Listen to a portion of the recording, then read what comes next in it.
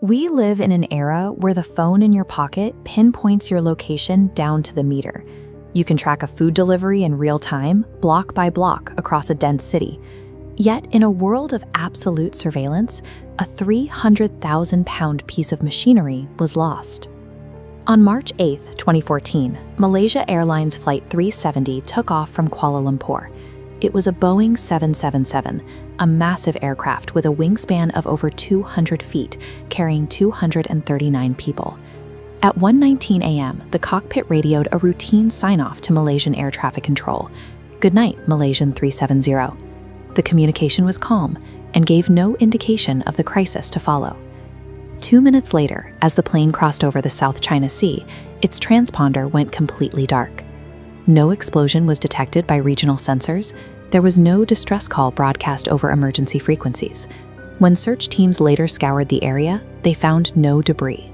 The aircraft simply dropped off civilian air traffic control screens. This vanishing involved a deliberate exploitation of the technological gaps in global aviation tracking. Monitoring the sky involves two different systems. Primary radar works by bouncing radio waves off a metallic object to determine its position. Secondary radar is more advanced. It pings a device on the aircraft, which then fires back a burst of specific data. That device is the transponder. Civilian air traffic control relies on this secondary system to identify an aircraft and track its altitude. Without it, a plane is just an anonymous dot on a screen. A transponder is an always-on safety feature. It is a resilient system that does not shut down due to a simple mechanical failure or an electrical glitch.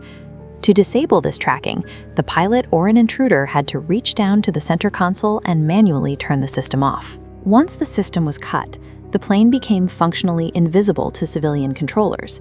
Its physical hull still reflected raw radio waves, but ATC computers are programmed to filter out these silent reflections to reduce screen clutter. The disappearance was not a mechanical catastrophe. It was a calculated blinding of civilian infrastructure by someone who knew exactly how the systems functioned. While civilian screens went blank, the Malaysian military was watching through primary radar. Unlike civilian systems, military radar tracks raw physical reflections, meaning it was unaffected by the disabled transponder. Their records revealed that after the transponder was cut, the aircraft executed an aggressive left turn, flying directly back across the Malay Peninsula. Military fighter jets were never scrambled. Operators on the ground failed to categorize this unidentified radar blip as an active threat while it was happening.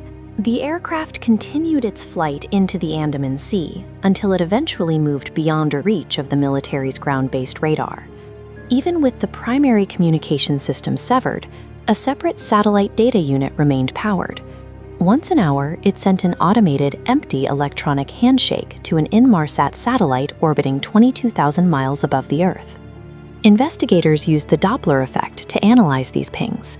This is the same physics that causes a siren to change pitch as it passes you.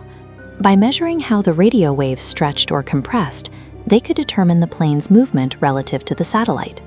Because the satellite itself was moving in a slight north-south orbit, the frequency shifts created a unique signature for different directions.